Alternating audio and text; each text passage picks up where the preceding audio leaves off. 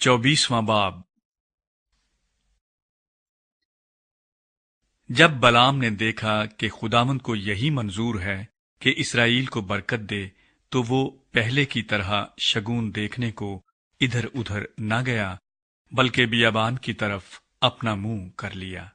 और बलाम ने निगाह की और देखा कि बनी इसराइल अपने अपने कबीले की तरतीब से मुकीम हैं, और खुदा की रूह उस पर नाजिल हुई।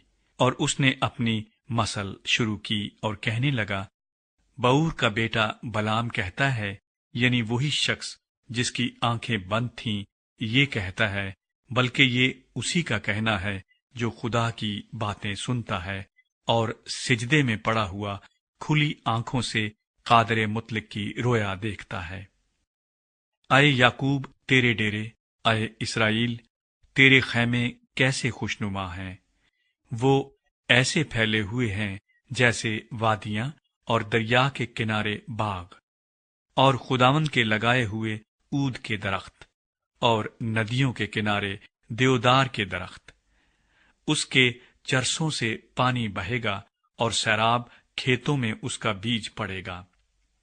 उसका बादशाह अजाज से बढ़कर होगा और उसकी सल्तनत को अरूज हासिल होगा। खुदा उसे मिस्र से निकालकर लिए आ रहा है।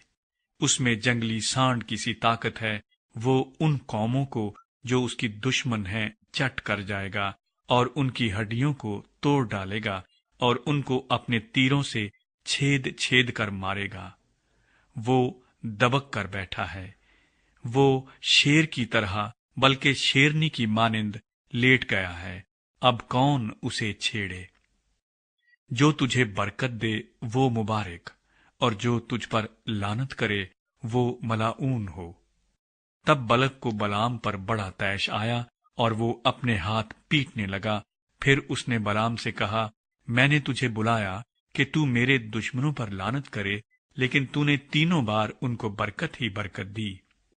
सो अब तू अपने मुल्क को भाग जा। मैंने तो सोचा था कि तुझे आली मनसब पर मुमताज करूं, पर खुदावंद ने तुझे ऐसे एजाज से महरूम रखा।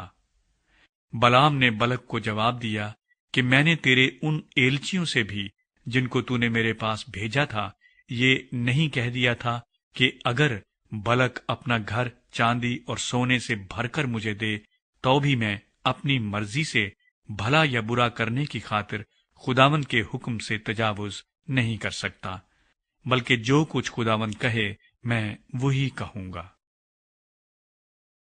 बलाम की आखिरी पेशन गोइयां।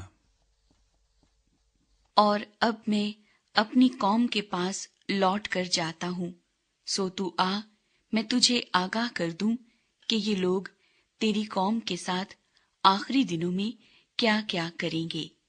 चुनाचे उसने अपनी मिसल शुरू की और कहने लगा, बऊर का बेटा बलाम कहता है, यानी वही शख्स जिसकी आंखें बंद थीं, ये कहता है, बल्कि ये उसी का कहना है जो खुदा की बातें सुनता है और हक ताला का इरफान रखता है और सिजदे में पड़ा हुआ खुली आंखों से कादर मुतलिक की रोया देखता है। मैं उसे देखूंगा तो सही, पर अभी नहीं। वो मुझे नजर भी आएगा, पर नजदीक से नहीं।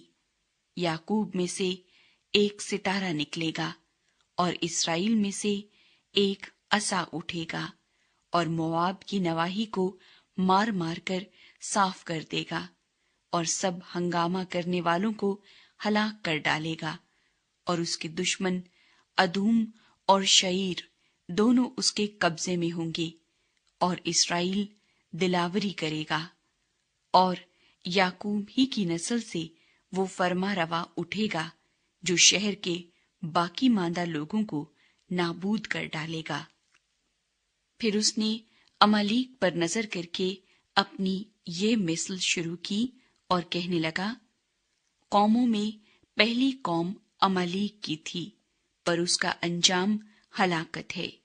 और कीनियों की तरफ निगाह करके ये मिसल शुरू की और कहने लगा, तेरा मस्कन मजबूत है और तेरा आशियाना भी चट्टान पर बना हुआ है, तो भी कीन खाना खराब होगा, यहाँ तक कि असूर तुझे असीर करके ले जाएगा। और उसने ये मसल भी शुरू की और कहने लगा, हाय अफसोस, जब खुदा ये करेगा तो कौन जीता बचेगा। पर कतीम के साहिल से जहाज आएंगे और वो असूर और इब्र दोनों को दुख देंगे, फिर वो भी हलाक हो जाएगा। इसके बाद बलाम उठकर रवाना हुआ और अपने मुल्क को लौटा, और बल्क ने भी अपनी राह ली।